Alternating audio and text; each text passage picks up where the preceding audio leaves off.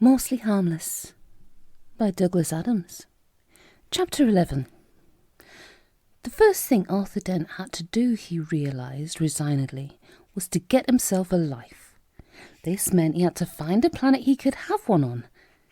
It had to be a planet he could breathe on, where he could stand up and sit without experiencing gravitational discomfort.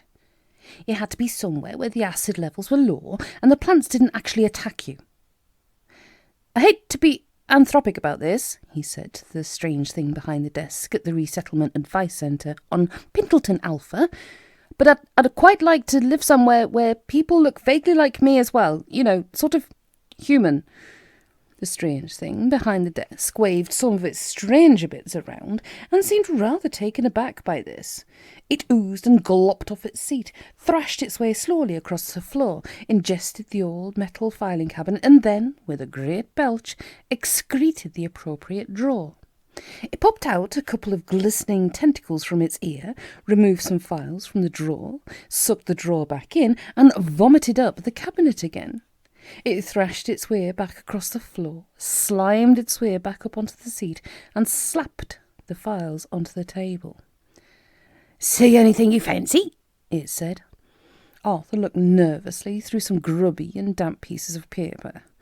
He was definitely in some backwater part of the galaxy here, and somewhere off to the left as far as the universe he knew and recognised was concerned. In the space where his own home should have been, there was a rotten hick planet, drowned with rain, and inhabited by thugs and bog hogs. Even the Hitch-hiker's Guide to the Galaxy seemed to work only fitfully here, which was why he was reduced to making these sorts of inquiries in these sorts of places. One place he always asked after was Stavромula Beta, but no one had ever heard of such a planet. The available worlds looked pretty grim. They had little to offer him because he had little to offer them. He had been extremely chastened to realise that although he originally came from a world which had cars and computers and ballet and Armagnac, he didn't, by himself, know how any of it worked. He couldn't do it. Left to his own devices, he couldn't build a toaster. He could just about make a sandwich, and that was it. There was not a lot of demand for his services. Arthur's heart sank. This surprised him, because he thought he was already about as low as it could possibly be. He closed his eyes for a moment. He so much wanted to be home. He so much wanted his own home world. The actual earth he had grown up on, not to have been demolished. He so much wanted none of this to have happened. He so much wanted that when he opened his eyes again, he would be standing on the doorstep of his little cottage in the west country of England, that the sun would be shining over the green hills, the postman would be going up and down the lane, the daffodils would be blooming in his garden, and in the distance the pub would be opening for lunch. He so much wanted to take the newspaper down at the pub and read it over a pint of bitter. He so much wanted to do the crossword. He so much wanted to be able to get completely stuck on 17 across. He opened his eyes. The strange thing was pulsating irritably at him, tapping some kind of pseudopod on the desk. Arthur shook his head and looked at the next sheet of paper. Grim, he thought, and the next. Very grim, and the next. Oh, now that looked better. It was a world called Bartledan. It had oxygen. It had green hills. It even, it seemed, had a renowned literary culture. But the thing that most aroused his interest was a photograph of a small bunch of Bartledanian people standing around in a village square, smiling pleasantly at the camera. "Ah," he said, and held the picture up to the strange thing behind the desk. Its eyes squirmed out on stalks and rolled up and down the piece of paper, leaving a glistening trail of slime all over it. "Yes," it said with distaste, "they do look exactly like you."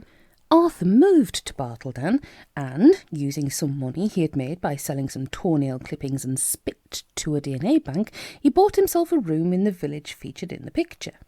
It was pleasant there. The air was balmy. The people looked like him and seemed not to mind him being there. They didn't attack him with anything. He bought some clothes and a cupboard to put them in. Now he had got himself a life. Now he had to find a purpose in it. At first he tried to sit and read, but the literature of Bartledan, famed though it was throughout the sector of the galaxy for its subtlety and grace, didn't seem to be able to sustain his interest. The problem was that it wasn't actually about human beings after all. It wasn't about what human beings wanted. The people of Bartledown were remarkably like human beings to look at, but when you said good evening to one, he would tend to look around with a slight sense of surprise, sniff the air and say that, yes, he supposed that it probably was a goodish evening now that Arthur come to mention it. No, what I meant was to wish you a good evening, Arthur would say, or rather used to say. He soon learned to avoid these conversations.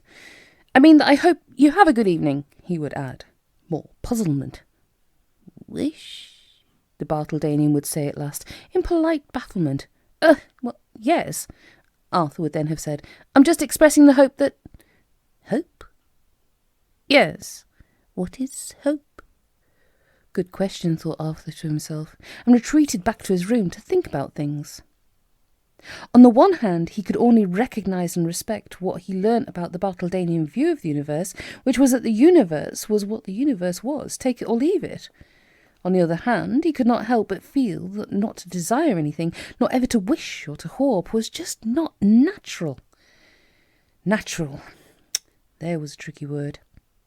He had long ago realised that a lot of things that he had thought of as natural, like buying people presents at Christmas, stopping at red lights, or falling at a rate of 32 feet per second, were just the habits of his own world, and didn't necessarily work the same way anywhere else. But not to wish, that really couldn't be natural, could it?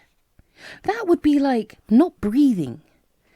Breathing was another thing that the Bartledanians didn't do, despite all the oxygen in the atmosphere.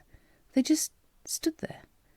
Occasionally they ran around and played netball and stuff, without ever wishing to win, though, of course. They would just play, and whoever won, won.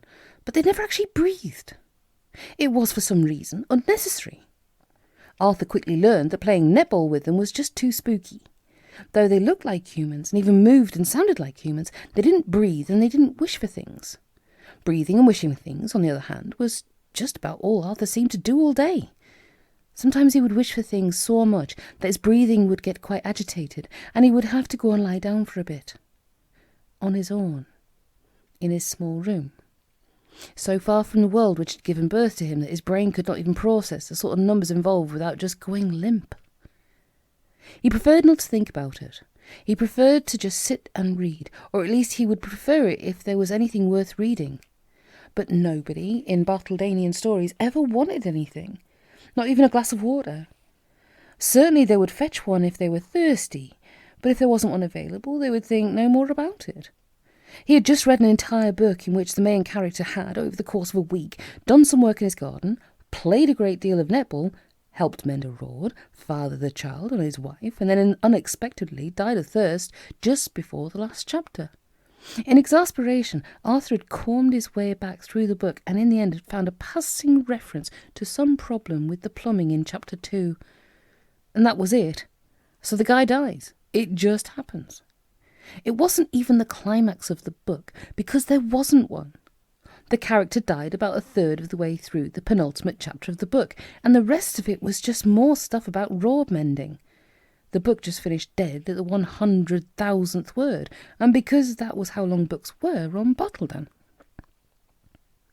Arthur threw the book across the room, sold the room and left. He started to travel with wild abandon, trading in more and more spit, toenails, fingernails, blood, hair, anything that anybody wanted, 4 tickets. For seamen, he discovered, he could travel first class. He settled nowhere, but only existed in the hermetic twilight world of the cabins of hyperspatial starships, eating, drinking, sleeping, watching movies, only stopping at spaceports to donate more DNA and catch the next long-haul ship out. He waited and waited for another accident to happen. The trouble with trying to make the right accident happen is that it won't. That is not what accident means. The accident that eventually occurred was not what he had planned at all.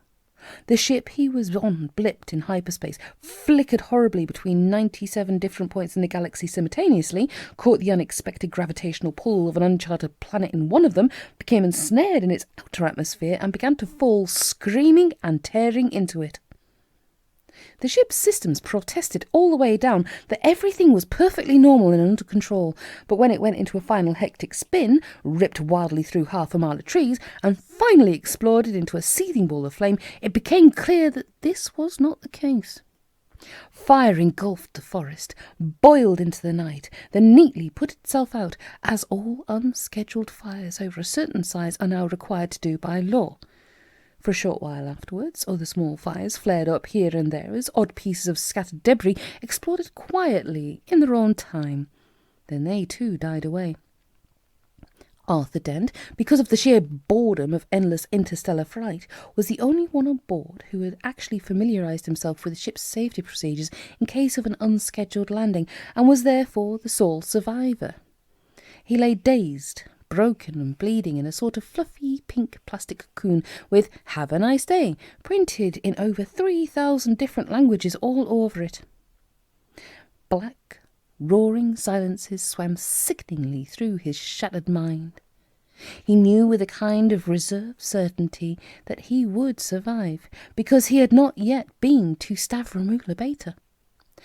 After what seemed an eternity of pain and darkness, he became aware of quiet shapes moving around him.